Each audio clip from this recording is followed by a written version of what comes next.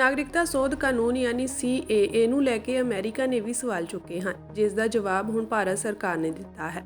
ਭਾਰਤ ਦੇ ਵਿਦੇਸ਼ ਮੰਤਰਾਲੇ ਦੇ ਬੁਲਾਰੇ ਰਣਧੀਰ ਜੈਸਵਾਲ ਨੇ ਕਿਹਾ ਕਿ ਨਾਗਰਿਕਤਾ ਸੋਧ ਕਾਨੂੰਨ 2019 ਭਾਰਤ ਦਾ ਅੰਦਰੂਨੀ ਮਾਮਲਾ ਹੈ। ਇਸ ਤੇ ਅਮਰੀਕਾ ਵੱਲੋਂ ਬਿਆਨ ਦੇਣਾ ਗਲਤ ਹੈ।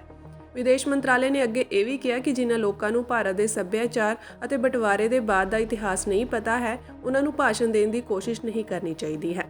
ਭਾਰਤ ਦੇ ਭਾਈਵਾਲ ਦੇਸ਼ਾਂ ਨੂੰ ਇਸ ਕਾਨੂੰਨ ਦੇ ਪਿੱਛੇ ਭਾਰਤ ਦੀ ਸੋਚ ਅਤੇ ਇਰਾਦਿਆਂ ਦੀ ਹਿਮਾਇਤ ਕਰਨੀ ਚਾਹੀਦੀ ਹੈ।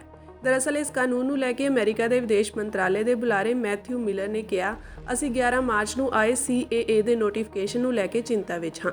ਇਸ ਕਾਨੂੰਨ ਨੂੰ ਕਿਵੇਂ ਲਾਗੂ ਕੀਤਾ ਜਾਵੇਗਾ, ਇਸ ਤੇ ਸਾਡੀ ਨਜ਼ਰ ਰਹੇਗੀ। ਧਾਰਮਿਕ ਆਜ਼ਾਦੀ ਦਾ ਸਨਮਾਨ ਕਰਨਾ ਅਤੇ ਕਾਨੂੰਨ ਦੇ ਤਹਿਤ ਸਾਰੇ ਭਾਈਚਾਰਿਆਂ ਨਾਲ ਬਰਾਬਰੀ ਨਾਲ ਪੇਸ਼ ਹੋਣਾ ਲੋਕਤੰਤਰ ਦਾ ਸਿਧਾਂਤ ਹੈ।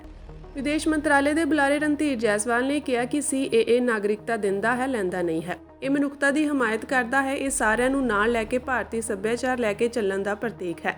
CAA ਅਫਗਾਨਿਸਤਾਨ, ਪਾਕਿਸਤਾਨ, ਬੰਗਲਾਦੇਸ਼ੀ, ਹਿੰਦੂ, ਸਿੱਖ ਅਤੇ ਬੋਧੀ, ਜੈਨੀ, ਪਾਰਸੀ ਅਤੇ ਈਸਾਈ ਭਾਈਚਾਰੇ ਅਤੇ ਘੱਟ ਗਿਣਤੀਆਂ ਨੂੰ ਸੁਰੱਖਿਆ ਅਤੇ ਆਸਰਾ ਦਿੰਦਾ ਹੈ, ਜੋ 31 ਦਸੰਬਰ 2014 ਤੋਂ ਪਹਿਲਾਂ ਭਾਰਤ ਆ ਚੁੱਕੇ ਹਨ।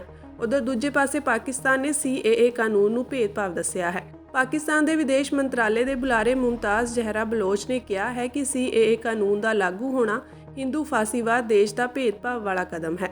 ਇਹ ਕਾਨੂੰਨ ਆਸਥਾ ਦੇ ਆਧਾਰ ਤੇ ਭੇਦਭਾਵ ਪੈਦਾ ਕਰਦਾ ਹੈ। CAA ਇਸ ਗਲਤ ਆਧਾਰ ਤੇ ਆਧਾਰਿਤ ਹੈ। ਮੁਸਲਿਮ ਦੇਸ਼ਾਂ ਵਿੱਚ ਤਸ਼ੱਦਦ ਹੋ ਰਹੀ ਹੈ ਤੇ ਭਾਰਤ ਘੱਟ ਗਿਣਤੀਆਂ ਨੂੰ ਸੁਰੱਖਿਆ ਦੇ ਰਿਹਾ ਹੈ।